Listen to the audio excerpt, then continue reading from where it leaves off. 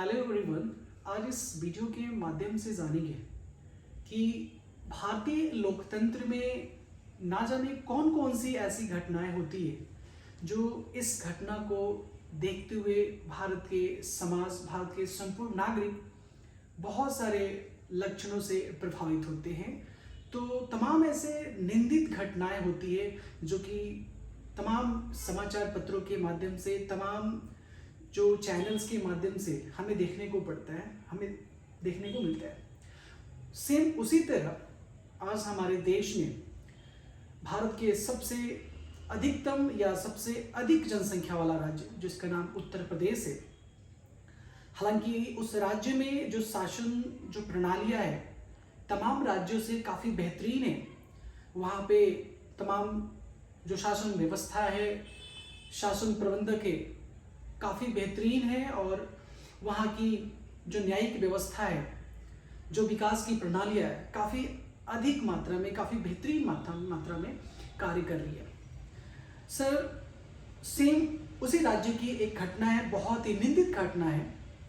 ये है घटना तो आलोक मौर्य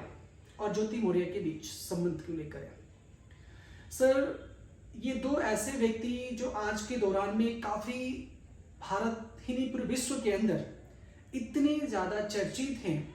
इस लोकतंत्र के अंदर इतने ज़्यादा ये चर्चित है कि तमाम आज के फिलहाल कुछ दिनों के अंतर्गत सभी समाचार न्यूज़ के माध्यम से इनके वीडियोस और इनके हुए जो घटनाओं के बारे में चर्चा की जा रही है।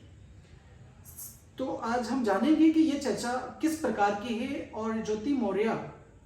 और आलोक मौर्य के बीच वो कौन सी समस्याएं उत्पन्न हुई जो इस लोकतांत्रिक देश में आज पूरे तमाम भारत के संपूर्ण राज्यों के बीच, इसके बीच आज नागरिकों की विचार को देखा जा रहा है। और आलोक मौर्य जी हैं जो कि उनको अपनी जस्टिस को लेकर तमाम अलग अलग अधिकारियों से गुहार लगा रहे हैं। क्या हम ये जानेंगे कि हमारे उत्तर प्रदेश की सरकार, उत्तर प्रदेश की जो कि हमारे जो अफसरशाही है, क्या इनको हक दिला सकते हैं या क्या इनकी जस्टिस करेंगे, उस पे जानेंगे। सबसे पहले तो इनकी वो समस्याएं हैं जो इनके परिवारों के बीच हुई। सन 2010 में इन दोनों आलोक मौर्य और ज्योति मौर्य के बीच शादी संपन्न हुआ। सर जी, बता दो कि आलोक मौर्य जी 3rd क्लास यानी कि 4th क्लास की जॉब करते हैं। पंचायत में कर्मचारी यानी कि कह सकते हैं कि चपरासी के पद पे ये तैनात है, कार्य करते हैं, यानी कि एक सामान्य परिवार से बिलोंग करते हैं। 2010 में इनकी शादी ज्योति मौर्य के बीच होती है और ज्योति मौर्य की उलाशा देखकर, उनकी हताशा देखकर, यानी कि उनको इच्छा था कि मैं भी पढ़ लिखकर एक अच्छा अधिकारी पद पे कार्य कर सकूं और देश की समस्या और अपनी परिवार आर्थिक समस्या और तमाम समस्या को लेकर, मतलब कि भारत सरकार, अन्य राज्य सरकार के अंतर्गत कार्य कर मैं भी एक गौरवान्वित महसूस कर सकूं। सर जी, जब ये बात उस आलोक मौर्य को पता चला, अपनी परिवार की सहायता से, अपने माँ बाप की सहायता और भाई की सहायता से अपनी पत्नी को तमाम वित्तीय मदद के माध्यम से, एक गरीब परिवार के होते हुए भी अपनी पत्नी को इलाहाबाद में एक बेहतरीन शिक्षण संस्थान में उन्हें शिक्षा देने का कोशिश किया और उन्होंने आखिरकार 2015 में उत्तर प्रदेश लोक सेवा आयोग में इन्होंने अपनी अच्छी रैंक, 16वीं रैंक हासिल की और एसडीएम पद पर तैनात हुई। सर, यहाँ तक तो इनके बीच पारिवारिक संबंध काफ़ी बेहतरीन चल रहा था, सभी चीज़ अच्छी चल रही थी। इनकी इधर ज्वाइनिंग होती है एसडीएम पद पे और उसी साल इनकी 2 जुड़वा बेटी होती है। यहाँ तक तो काफ़ी बेहतरीन चल रहा था। लगभग उत्तर प्रदेश के अलग अलग जिलों में इन्होंने अधिकारी पद पे कार्य किया और ये बात 2020 की है, जो एक काफ़ी समस्या के रूप में इनके यहाँ घर के परिवार के बीच एक खंडित के रूप में सामने आता है। मनीष दुबे नाम का एक व्यक्ति, जो कि इस वक्त बता दूं कि वो होमगार्ड कमांडेंट पद पे तैनात थे और सूत्रों के मुताबिक ज्योति मौर्य और उनके बीच एक आशिकी यानी कि प्यार के झड़प में दोनों के काफ़ी लगाव होता है। इस बात की पता जब आलोक मौर्य को चलता है तो आप भी समझ सकते हैं कि इतनी झड़प होती है, घर में इतनी खंडित होता है, पूरे परिवार पीड़ित होते हैं। क्योंकि हमें पता है सर कि जो सामान्य व्यक्ति अपने एक 4th क्लास की पद पे तैनात है, एक चपरासी के पद पे तैनात है, अपनी पूरी जीवन और परिवार की सहायता से, आप कह सकते 4th क्लास यानी कि जो चपरासी का काम करता व्यक्ति अपनी पूरी जो उनकी साधन थी, पूरी वित्तीय साधन अपनी पत्नी की शिक्षा को हासिल करने के लिए संपन्न किया। और जब वो पत्नी एक अच्छा अधिकारी बनती है तो उसी पति को ठुकरा कर एक नए जीवन और एक नए प्रसंग की ओर गुजारिश करती है। हालांकि सूत्रों के मुताबिक पता चला है कि जो मनीष दुबे है वो भी विवाहित है, और ये तो है ही। आप समझ सकते हैं कि भारत में कुछ ऐसे भी एग्जाम्स होते हैं जिसमें सबसे टॉपेस्ट एग्जाम होता है UPSC, union public service commission, जिसका हेडक्वार्टर दिल्ली में। और इसके बाद स्टेट सिविल सर्विसेज के एग्जाम में जिन्होंने ये 16वीं रैंक हासिल किया,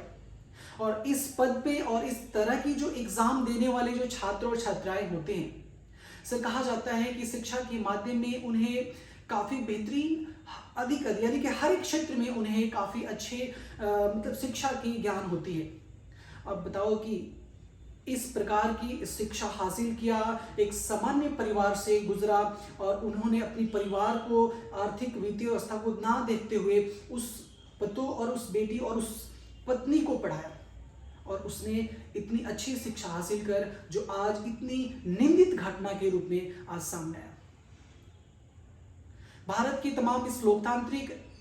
नागरिकों से मेरा ये गुजारिश है कि इस वीडियो के माध्यम से जो आलोक मौर्य है, इन्हें जल्द से जल्द जस्टिस यानी कि इन्हें फैसला सुनाया जाए। और मुझे विश्वास है क्योंकि इस लोकतांत्रिक देश का जो गार्जियन है, इस लोकतांत्रिक देश का जो मुखिया है, उसे हम न्यायपालिका को साबित करते हैं, और न्यायपालिका भारत लोकतांत्रिक देश में निष्पक्ष रूप से न्याय देने का कार्य करती है। तो हमें भी भारत के संपूर्ण नागरिकों के लिए, भारत के संपूर्ण विधि व्यवस्था में सर न्यायपालिका एक ऐसी पालिका है जो निष्पक्ष रूप से कार्य कर देश की तमाम समस्या में इसकी न्याय करती है। उसी तरह से भारत के 132 करोड़ लोगों से मेरी गुजारिश है, और तमाम जो यूट्यूब प्लेटफॉर्म से और तमाम अलग अलग सोशल मीडियाज हैं, और जो ये आज के डेट में जो कम्युनिकेशंस मेथड्स हैं, चैनल्स हैं, न्यूज़पेपर्स हैं, इनके माध्यम से जो इनकी सच्चाइयों को दिखाई जा रही है,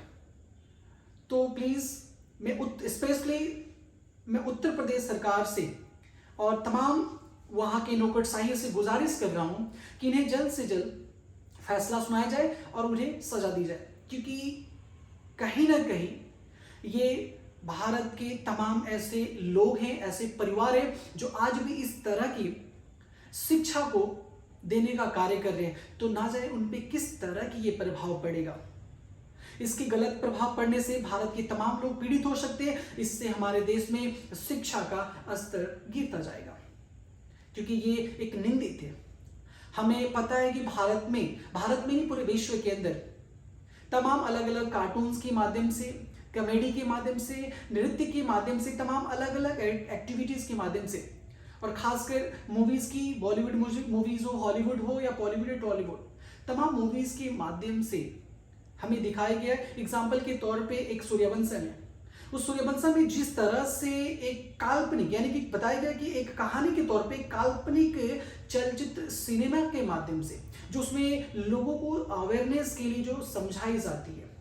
क्योंकि बहुत सारे ऐसे लोग हैं जो इन तरह के समाचार, इस कार्टून के जरिए लोग एक जानकारियां प्राप्त करते, एक अवेयरनेस का एक साधन है, मेथड है। तो उसमें एक कितनी बेहतरीन माध्यम से लोगों को समझाने के लिए, परिवार को अखंडित करने के लिए, प्यार को जोड़ने के लिए इतनी बेहतरीन तरीके से उसमें समझाया गया। क्या उसी का एक अपोजिट इफेक्ट जो क्या ज्योति मौर्य और आलोक मौर्य के बीच है? तो हमें इस तरह के प्यार और इस तरह की शिक्षा का अपमान करना, देश में जो मोरालिटी है, जो ह्यूमन फैक्टर्स हैं, एक मानवतावाद को खत्म किया जा रहा है, इस चीज को खत्म करना चाहिए। और कड़ी से कड़ी सजा दे, ताकि आने वाले समय में हमारे देश के नागरिकों के साथ ऐसी समस्या ना हो सके। भारत की तमाम 132 करोड़ और तमाम भारत की बड़े बड़े अस्थायी सरकार और अस्थायी सरकार से गुजारिश है कि एक ऐसा जांच बैठाया जाए कि इन जांच के माध्यम से जो आलोक मौर्य के द्वारा जो भी दस्तावेज और उनके मोरल जो मौखिक तौर पे उनकी बात पेश की जा रही है, उनकी जांच की जाए और सत्यापन की जाए। और मुझे विश्वास है और तमाम देश के नागरिकों को विश्वास है कि सुप्रीम कोर्ट और न्यायपालिका, जो भी न्यायपालिका के अंदर हाई कोर्ट, सुप्रीम कोर्ट और डिस्ट्रिक्ट कोर्ट्स हैं, इनके माध्यम से मुझे विश्वास है कि निष्पक्ष रूप से अपनी निर्णय निकाले और उन्हें कठोर सजा दें, क्योंकि जो इस प्रकार की जो उत्पीड़न में उनका जो परिवार खंडित हो रहा है और जो मनीष दुबे की पत्नी जो आजकल जो इन समस्याओं का सामना कर रही है, ताकि इन समस्या का हल हो सके। इसके साथ मैं उनसे पूछना चाहता हूं, जिस पद पे वो तैनात थे उस पद की गरिमा रखें कि उन्होंने तमाम विषयों के बारे में, सबसे पहले शिशोल जी एक ऐसा शास्त्री जो समाज को अखंड करने के लिए, समाज को एकजुट कर देश को विकास करने के लिए जिस तरह से प्रयत्न किया जा रहा है, हम एक अलग से मार्गदर्शन मिलती है, तब हम एक जाकर एक बड़े पद को हासिल करते हैं तमाम। क्योंकि इस पद पे जाना कहीं ना कहीं एक अच्छी उच्च शिक्षा का हासिल कर इस प्रकार के पद को हासिल किया जाता है। जब इस प्रकार के लोग ही इस समाज में इतने निंदित कार्य करेंगे तो हमारा देश किस स्तर पे जाएगा। हालांकि सूत्रों के मुताबिक ये भी पता चला है कि ज्योति मौर्य के माध्यम से आलोक मौर्य पे तमाम उन पे गलत मुकदमाएं लगाई जा रही है दहेज को लेकर। तो ये तो बिल्कुल अपोजिट है, बिल्कुल मतलब कि गलत माध्यम से लगाई जाती है। हालांकि हमें विश्वास है, हम तमाम भारत के नागरिकों से, सरकार से और न्यायपालिका से मेरी गुजारिश है